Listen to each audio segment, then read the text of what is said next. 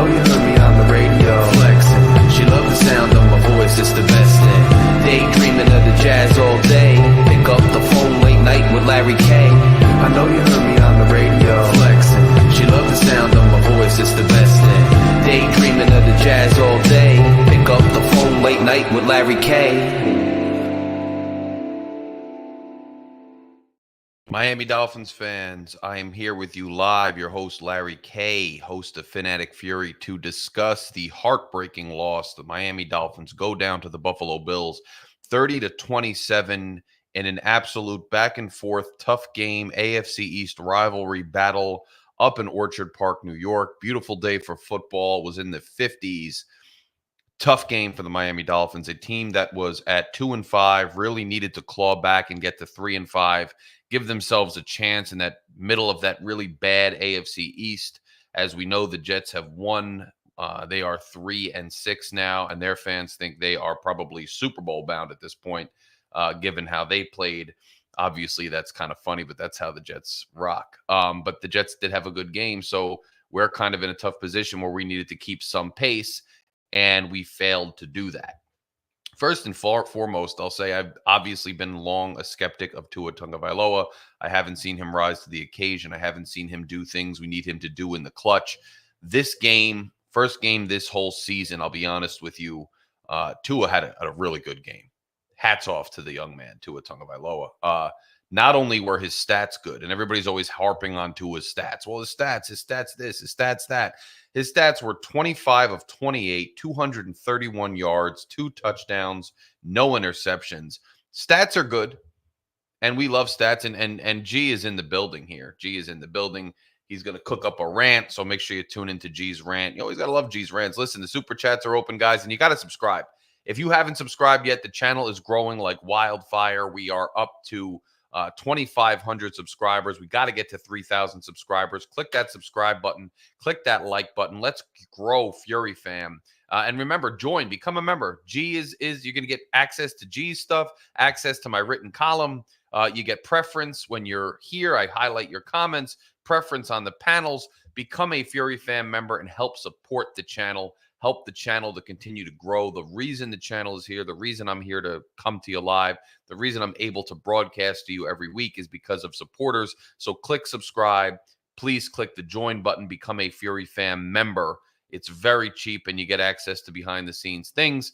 And go ahead and join us with the super chat. We'll highlight your comment today. But look, Tua Tagovailoa, aside from just the stats were very good today.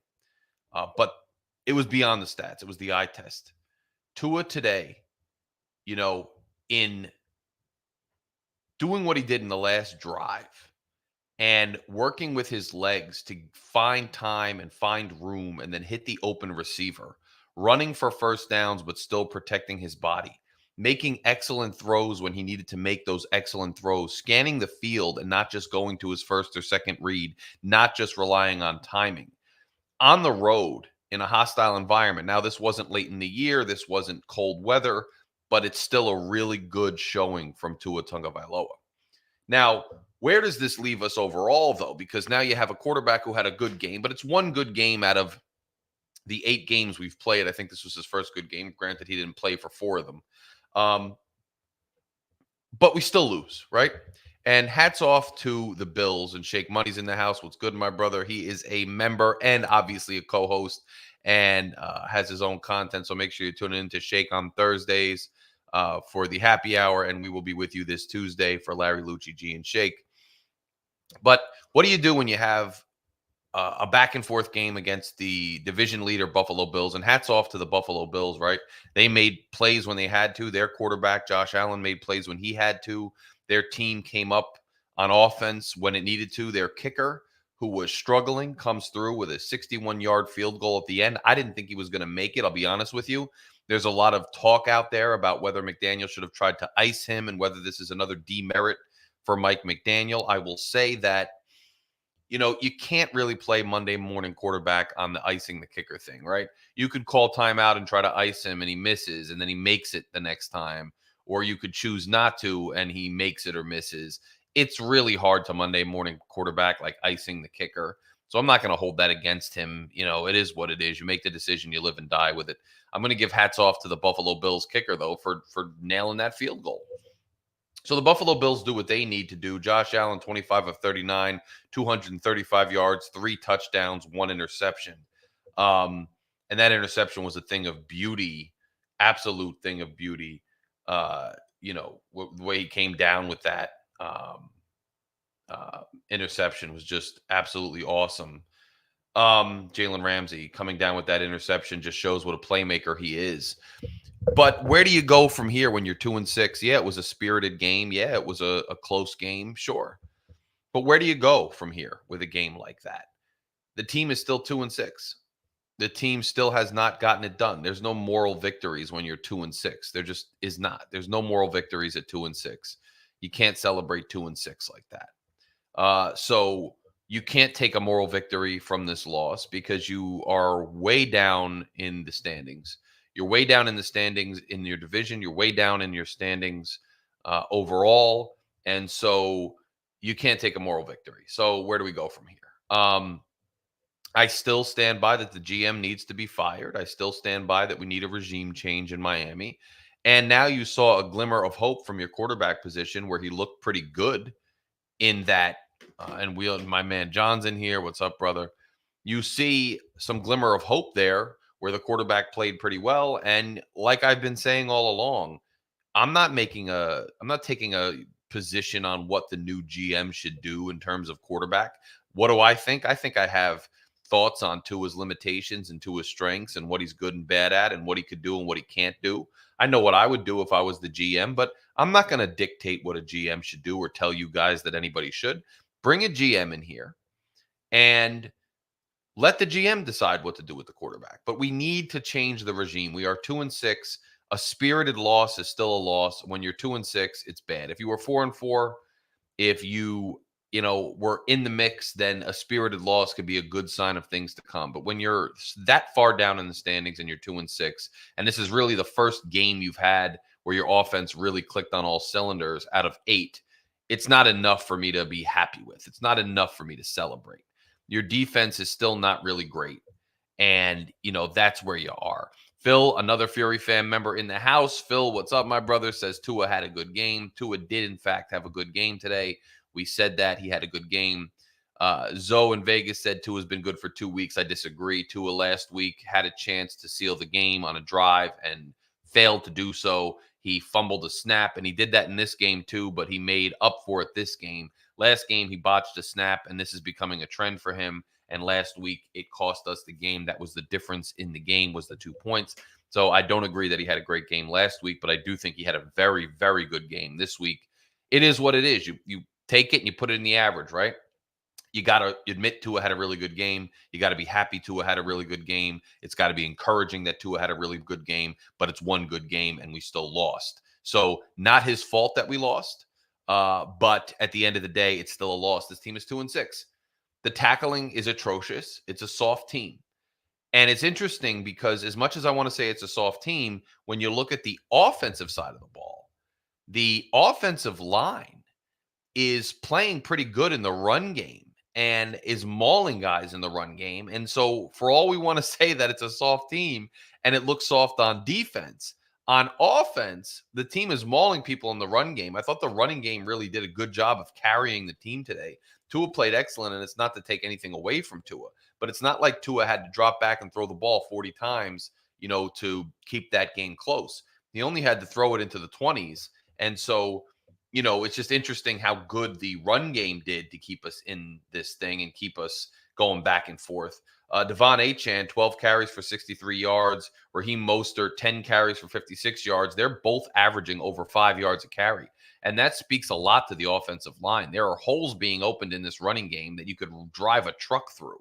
And it speaks a lot to the way the offensive line has been playing. Going back to last year, the offensive line has been playing pretty good. Butch Barry has been doing a good job of coaching that unit.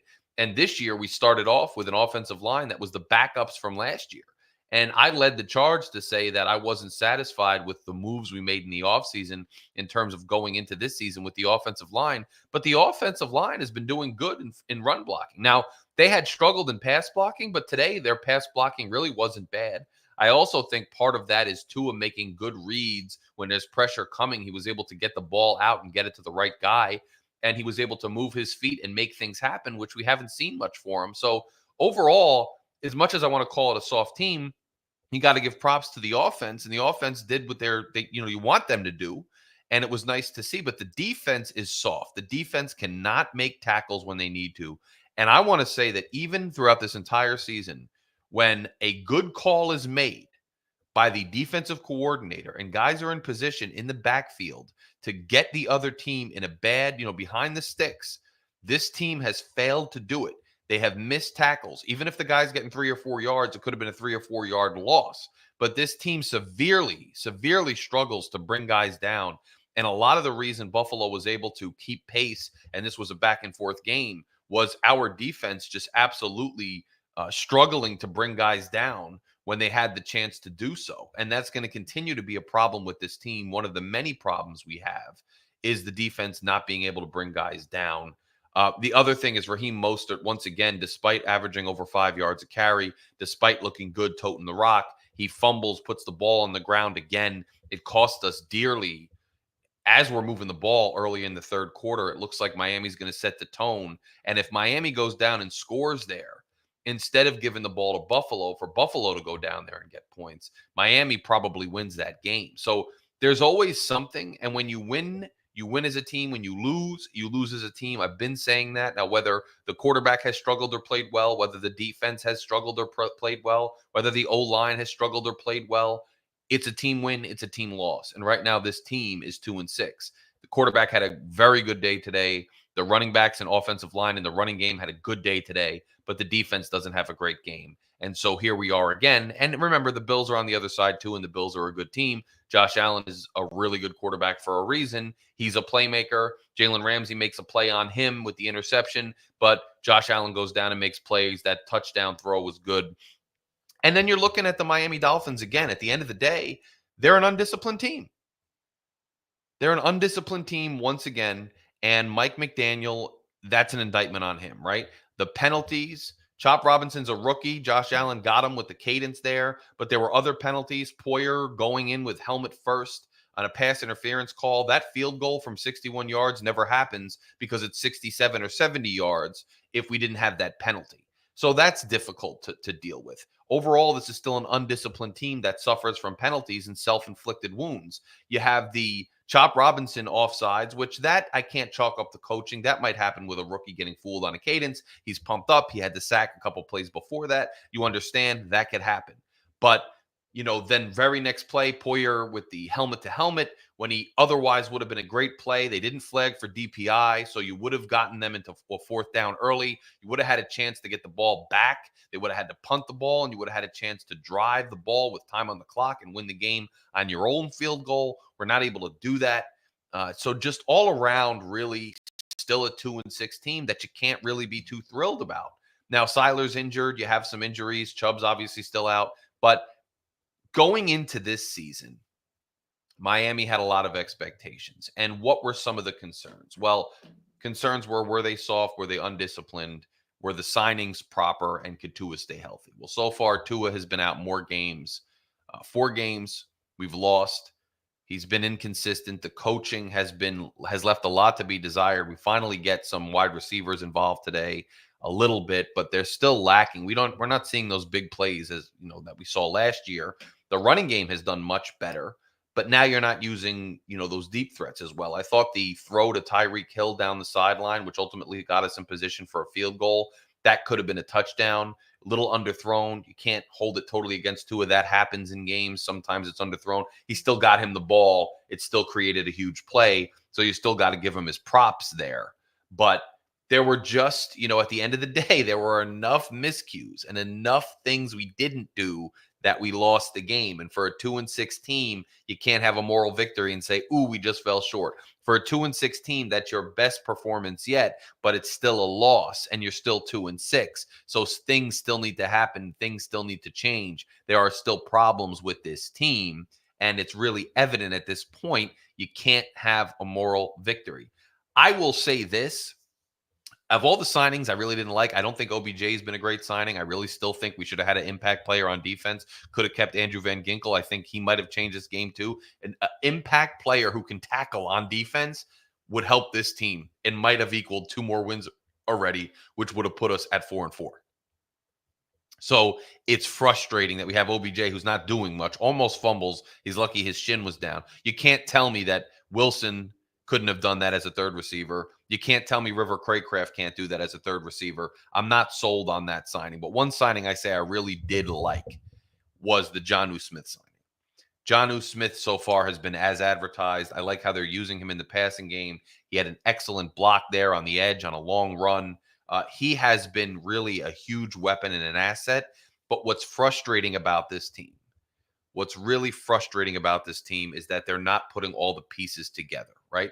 You might have a Jonnu Smith who's producing. You might have a good running game that's really starting to gain some traction and an offensive line that's really mauling guys in the running game and making a difference. You finally have a quarterback who looked really good and carried the team a bit today, but now the defense can't tackle. Now the wide receivers are kind of involved, but these two very talented guys, Hill and Waddle, are not as involved as you might want them to be when the game's on the line. Now Mostert, who's supposed to be your reliable starting running back, is putting the ball on the ground for the second week in a row. I mean, it's always something, and it's frustrating because this wasn't a team that was on a rebuild year where it's okay to kind of have moral victories, even though you're losing games, you're showing fight, and you're going against tough teams, and it's boding well for the future. This was a season where they are spending a ton of money on salaries, where they traded a ton of assets for key players, where they were going all in to try to get far into the playoffs, and it's disappointing that they're not. So overall, I'm still sticking by that we need to clean house after this year and let the new regime decide. What are you going to do with the quarterback? What are you going to do with the other positions? How are you going to, handle the defense? How are you going to handle the pieces we have? I think we have some really good pieces here, but we still are a 2-6 team that has not done enough from the GM position, from the head coaching position to get us where we want to go. And even though it was a closer game in Buffalo and it was respectable, Buffalo still owns us. So Buffalo has swept us yet again this year, and they are running away with the division after sweeping us again this year. And you can't celebrate that in any way, shape, or form as any kind of moral victory. You just can't. Fury Fam member Phil, and remember, join Fury Fam, guys. Click the join button. You'll get your comments highlighted no matter what. Click join. If you're in here and you haven't subscribed yet, click subscribe. If you're already a subscriber, either click join or share this video, get other people in here so this channel can continue to grow. I'm here with you, even though the Dolphins are having a rough year, even though I just had heart surgery. Give me some props for the hit subscribe or hit join for the fact that I had heart surgery and I'm still here talking to you guys about the Miami Dolphins. Give me some love for that, guys. But on this fall Sunday, Phil Montgomery, Fury Fam member, longtime listener, says 1, Tua had a good game. 2, running game was good. 3, I was really liking what the defense did for the most part. 4, it still wasn't good enough. Sucks to cheer for this team. I like what the defense does from a schematic standpoint, and I like what the defense does in terms of Jalen Ramsey coming down with an excellent play because he's one of the most talented players in the league.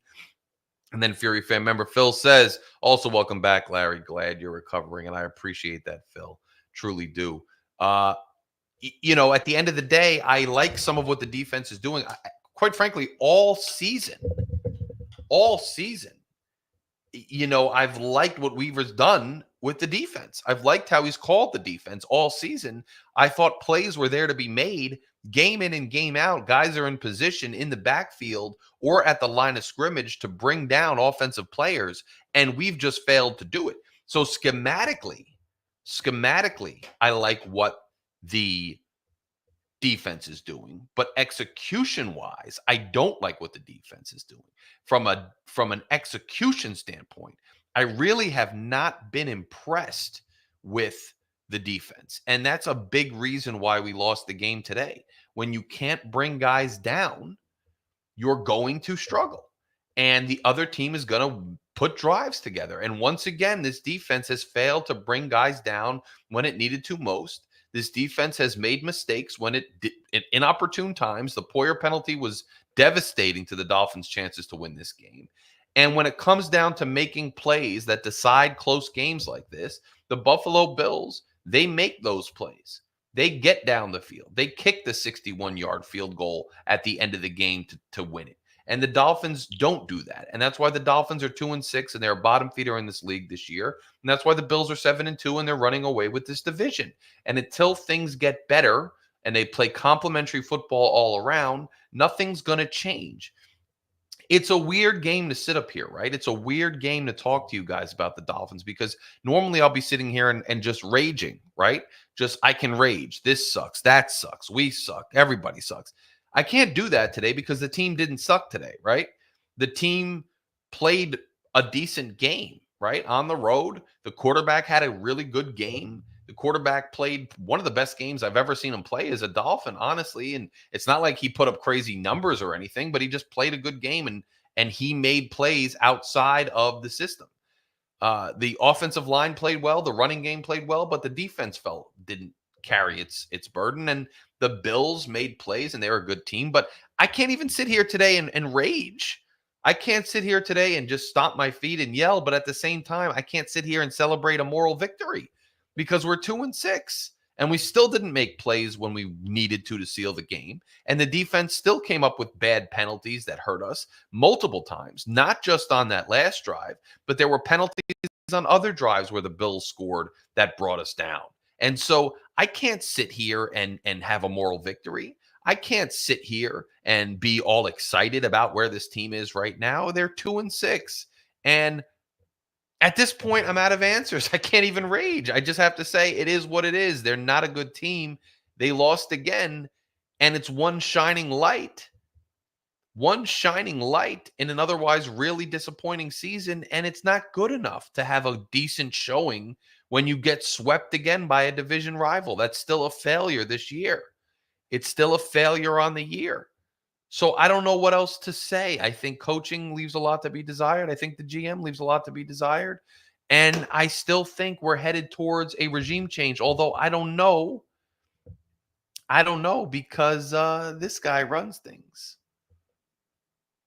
This guy runs things, and this guy lets him do whatever he wants and they get excited about things. So there's not a lot of accountability with this franchise. So I don't know if we'll have a regime change, but I think we really need a regime change. I'll tell you that much. I would love to see one. And I don't think today changes much for me is my point, right? So Tua had a good game and you got to give him props.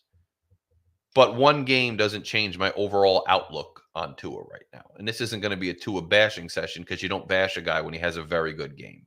But this game doesn't change my overall outlook on Tua. It just doesn't.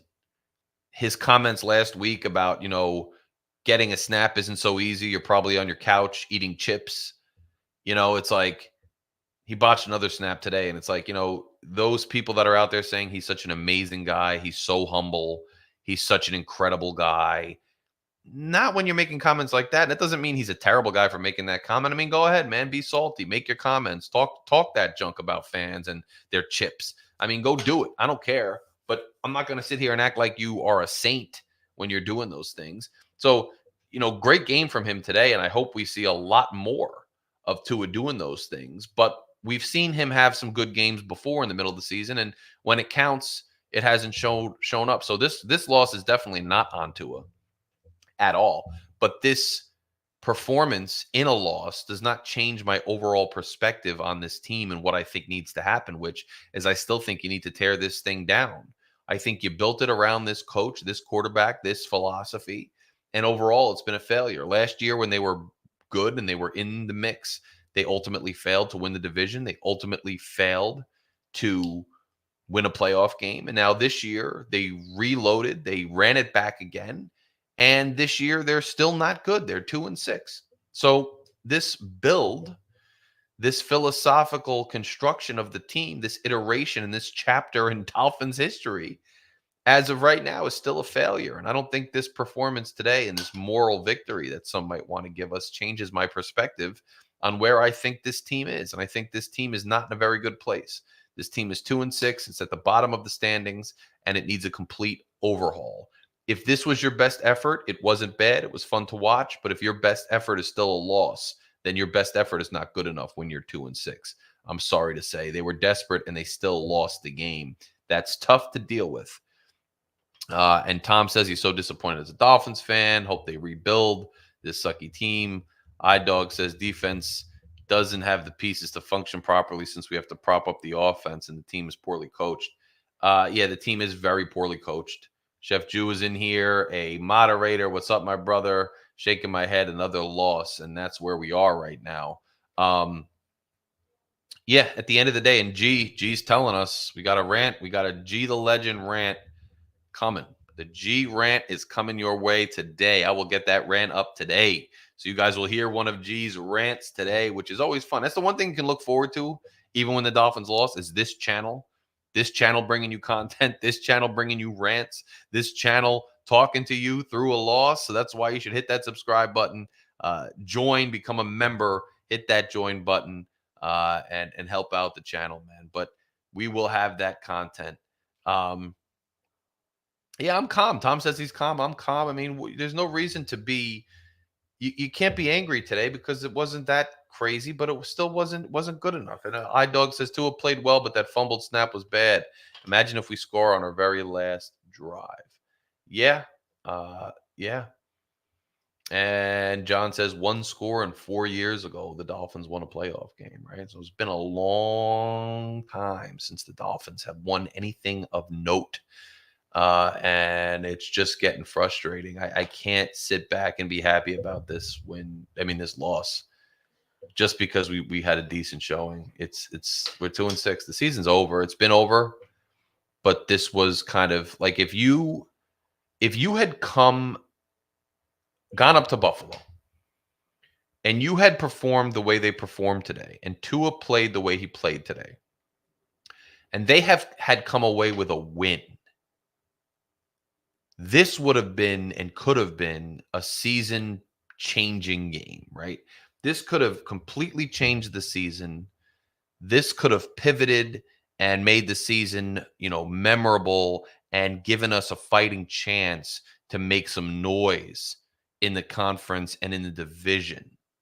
And we would have been able to start talking about scenarios and getting excited and talking about the potential of the Dolphins as this current iteration of the Dolphins. But going up there and performing okay, but the defense still not being good and some other things still being left to be desired, a bunch of penalties, still sloppy play, and losing, it's the opposite. Now you're way behind the 8 ball. You're 2-6. All your problems are still there. You win a game against Jacksonville, but you don't look good. You look good against Buffalo in a lot of areas, but you still lose the game. Overall, whether you look good in a loss or look bad in a win, the team has a lot of issues and the team's not very good. So it's still a failure as of right now. And I don't know what there is we can do about it, because it's just still not good enough. And there's still a ton of issues with the team. So it's just I don't know. I'm out of words right now. Usually I have a lot to talk about. I have a lot to say, but today it's just okay. Tua had a pretty good game. We still lose. Tua can't stay healthy. He was out for 4 games. I think what this tells us these last 2 games now is that whole myth about when Tua comes back, this team will start winning again. Throw it out the window, right? Because whether Tua doesn't play great and the team doesn't play great like last week and we still lose to Arizona at home, or whether like this week Tua does play really well, but the defense falls apart, but we have penalties, we have a fumble from Mostert, we have questionable, offensive play calling in some ways again, although I think McDaniel did a pretty good job today. The run game was great. He called good plays in the pass game. It's one game that he's done well like that this whole season. So the myth that this team is good with Tua and when Tua goes out is when they struggle is not true. And it's not all on Tua's shoulders. The fact is that this team has a lot more issues. And this team is just not very good. And Tua playing is not going to absolve this team of its issues or absolve this team of its weaknesses. It's simply just not a very good team. And it's hard to glean much out from that. Even type game, Total yards, Buffalo had 325, Miami had 373. Passing yards, Miami had 224, Buffalo had 231. Rushing yards, Miami 149 yards, almost 150 yards. Buffalo only 94. Yards per play, 6.2 for Miami, 5.5 for Buffalo. 26 first downs for Miami, 24 for Buffalo. Miami 4 of 8 on third down. Buffalo 5 of 10. I mean, a really even game. It's a shame that we have such an even game and one turnover each for each team. It's a shame we have such an even game here, and yet we still lose the game. It's just indicative of this year. And if anything, if there's any solace in this, it's that I guess, at least we are closer to a higher draft pick for whoever we bring in. And here's my thing. I'm just really what scares me about this fan base and what scares me about this owner the most is probably that they are very big on moral victories and spinning narratives to make the fans and themselves feel better. And just like Ross brought back Philbin because he beat the Minnesota Vikings in a meaningless game in a meaningless season and still wound up firing him the next year. And just like fans spun a bogus narrative that we just needed Tua back to turn the team around this year, I sense that a good performance, even in a loss, is worse than just losing and getting your butt kicked, and obviously much loss than a win. Because when you have a good performance in a loss, it gives these narrative spinners and it gives these talking heads and it gives the ownership and the front office of this team and it gives these little fanboys, it gives them an excuse. This guy and this guy, it gives them an excuse to continue to spin narratives, right? Because now, even though we're 2-6 and we don't look very good, people can hang their hat on, well, look how good we played, right? Look how close we are. Look how good of a game Tua had. And they can use that false narrative as an excuse to keep running it back and running it back and run it back again next year, despite glaring issues that are present right in your face and are so obvious and so evident and so inescapable. Any bit of a fraction of an in for these people to spin a narrative, they will spin a narrative. And I guess what scares me the most is that a performance like this, while it was good, still ended in a loss. So it didn't help us at all in our ultimate goal, which is winning championships, which is getting to the playoffs, which is being a competitive franchise. But it did give the narrative spinners a ton of ability to go out and keep spinning narratives so that we have to be saddled with this same thing and run it back again for the third or fourth year in a row when I've been warning you about narratives. It's just so difficult and so frustrating that we have to deal with that. And so it might be the worst case scenario that we played Buffalo so tough and there were some good performances, but we still lost, because not only do you have the loss and not only are you 2-6, but now you have narrative spinners out there who are going to continue to grab onto anything they can, namely the stronger performance of the quarterback, the stronger performance in the stats, and say, well, we're so close, we got to run it back again. Then if you keep Mike McDaniel and you keep Chris Greer and you keep all the things status quo as they are, I'm telling you right now, you're in for another disappointing season next year. Because even if this team was 500, even if this team was 4-4, it still wouldn't be a team that's good enough to compete at a high level and be a championship contender. Even if we were a mediocre 500, just over 500 team, we still wouldn't be the type of team that is going to get it done. So making excuses or latching onto narratives because of a decent performance in yet another loss is probably what scares me the absolute most as a commentator on the Dolphins, as a Dolphins fan, overall in general. That's what scares me the absolute most. And that's what I'm most terrified of.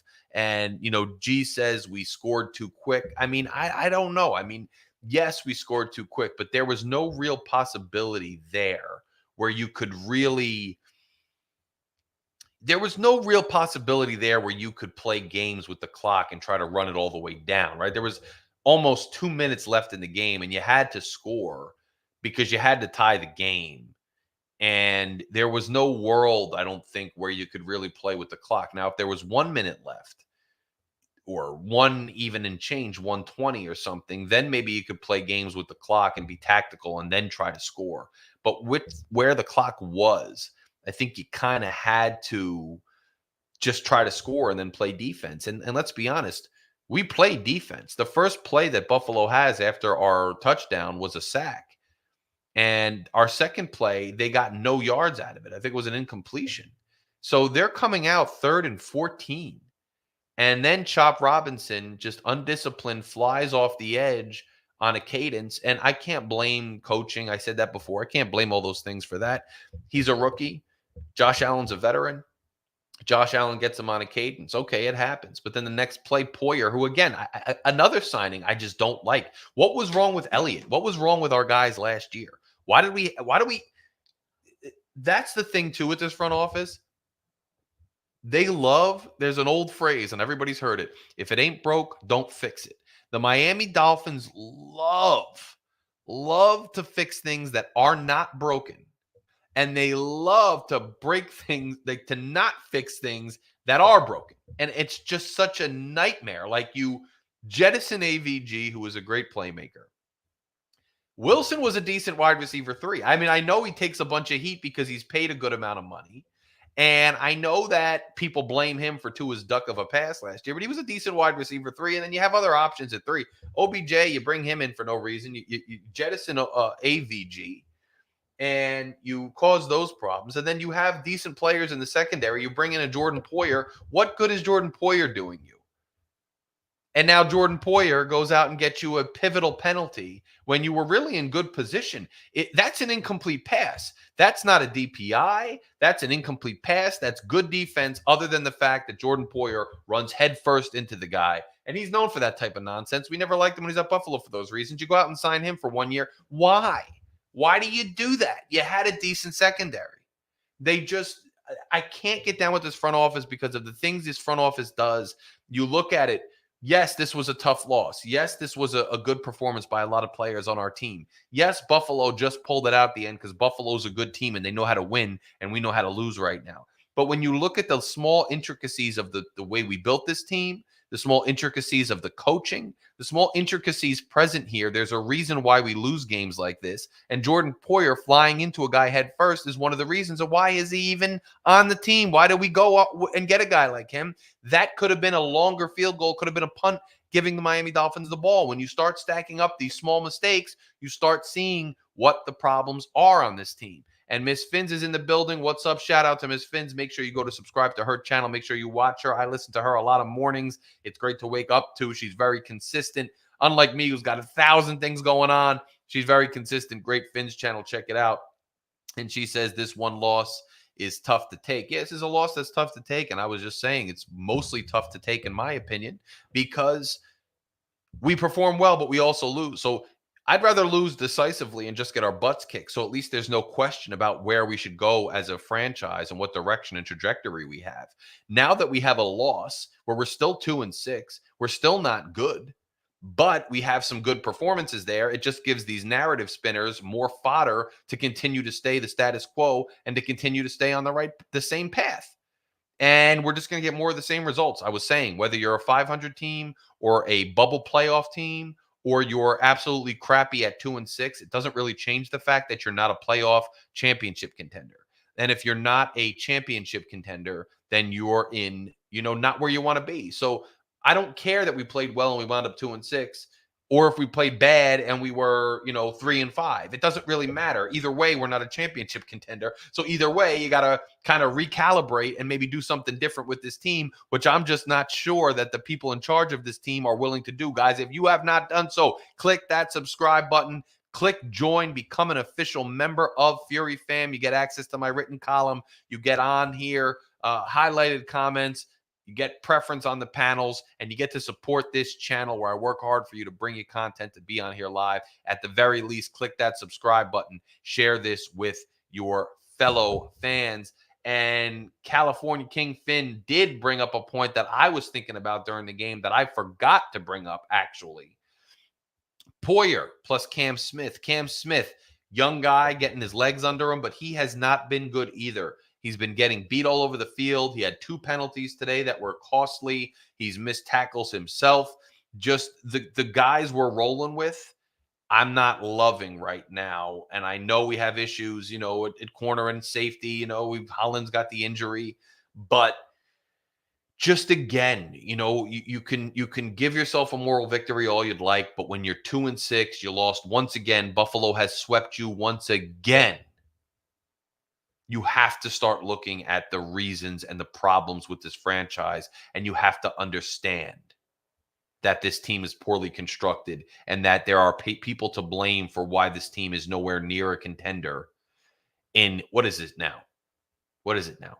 This is year 6 of this rebuild, year 3 of McDaniel, but year 6 of the, Stephen Ross saying, I'm going to give Chris Grier all in charge of the team and let him make decisions, and I'm going to stay out of the way. And this is a new rebuild. We're going to get assets and then rebuild the team from the beginning, from the bottom up.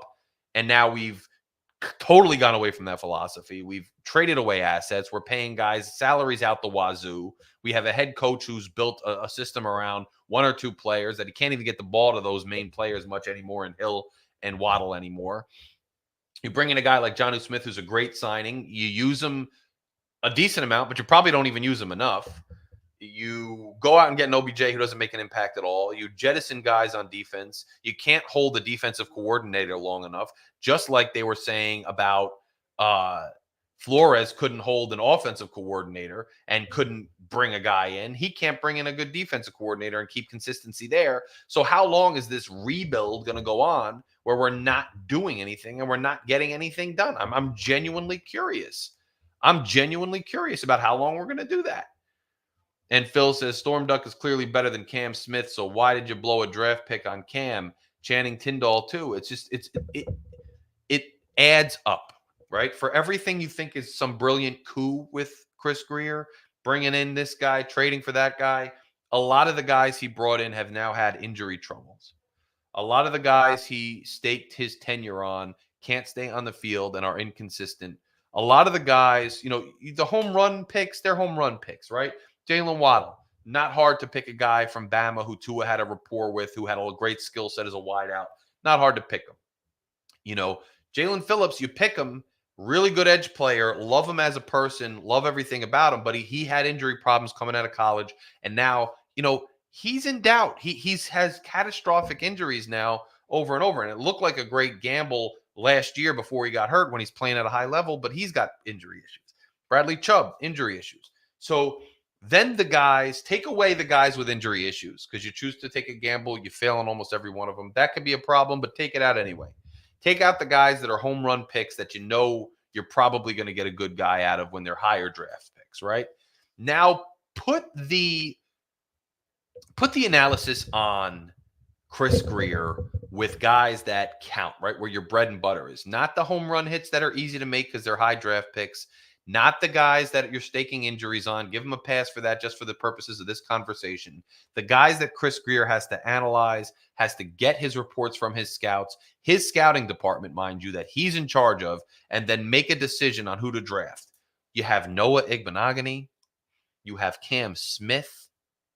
You have guys, Tyndall. You have guys that simply don't pan out. Every GM is going to have guys that don't pan out, and I understand that. But guy after guy where a GM has to make his bread and butter, where he's got to stake it on analysis and he's got to stake it on knowing what he's doing and making a decision and trying to outsmart other GMs and other front offices around the league, those bread and butter picks that he needs to build a team with and succeed on maybe 50% of them, he has not done so. And so you've got to take that into consideration, that he has not really delivered the way we would need somebody to deliver to make us a contender in this league, because he consistently strikes out on guys like that. Now, sometimes it takes longer to get developed. Austin Jackson took some time to get developed. Eichenberg took some time to get developed. You have to hand it to Grier with those guys.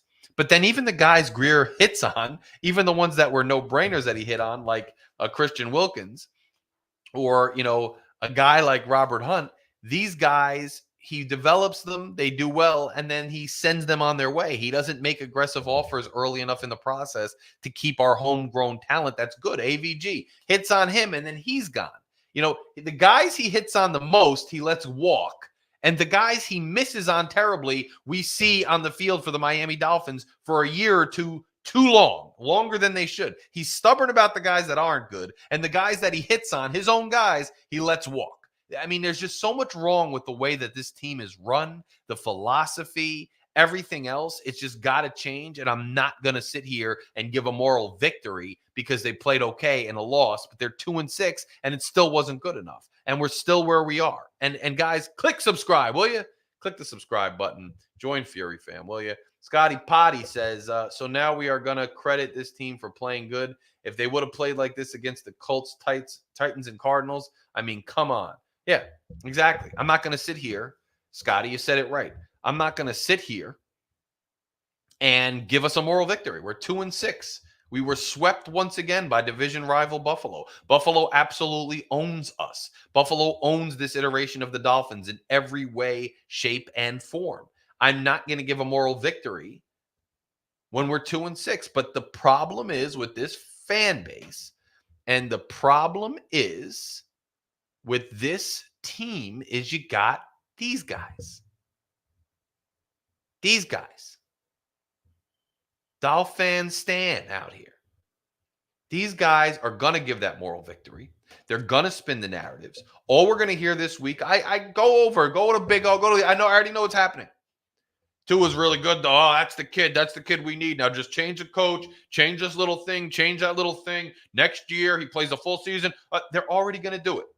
They're going to use the fact that we played good in a loss to spin narratives, to keep this status quo, to run it back once again. Once again.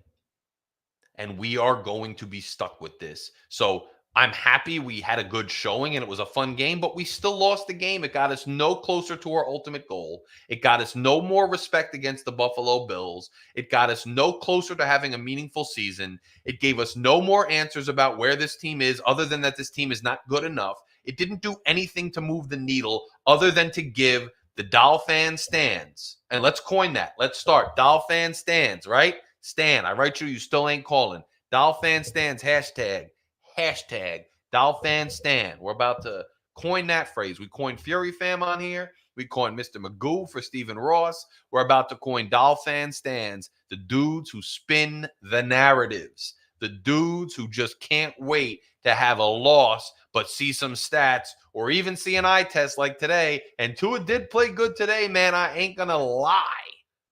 But the Dolphin stands are going to use that as an excuse to keep us going in this suffering iteration of the Miami Dolphins and to keep this same weak plateaued trajectory up that isn't getting us anywhere. And that's an absolute shame.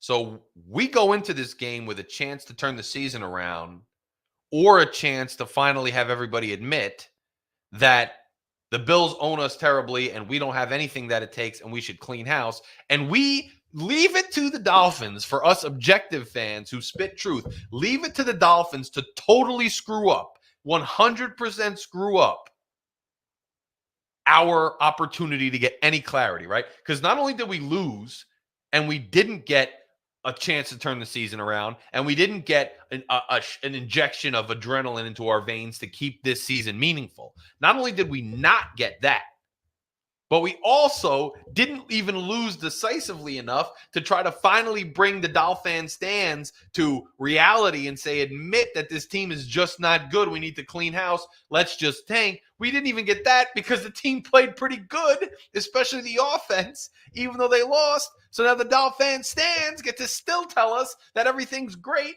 and the quarterback's great and the coach is great and everything's wonderful and we'll run it back next year. So if you're an objective Dolphin fan and you care about this team and you actually want to win and you actually want to get a championship, I don't think there was a worse thing that could have happened than what just happened today. I just don't think there's a worse thing that could have happened than what happened today. Just brutal all around. So we lose once again. there's not much else to say. There's not much else to say. You guys have been an awesome audience. I appreciate you. I appreciate the heck out of you. You've been an awesome audience. It's great to have you here. It's great to talk to you. Remember, if you haven't clicked subscribe yet, click that subscribe button.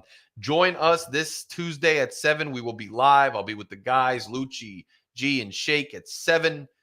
And join us live. And if you haven't done so yet, become a Fury Fan member. Click that join button right there. If you're in here listening for the first time, 5th time, 100th time, whatever, click that subscribe button. It's right there. Click subscribe. Let's get to 3,000 subscribers, guys. I appreciate all your support. Try to enjoy the rest of your Sunday. We're doing the best we can, but keep those Dolphin stands honest, man. Don't let them spin this narrative. This team still needs to be torn down. We still need a whole new direction. It's still been brutal.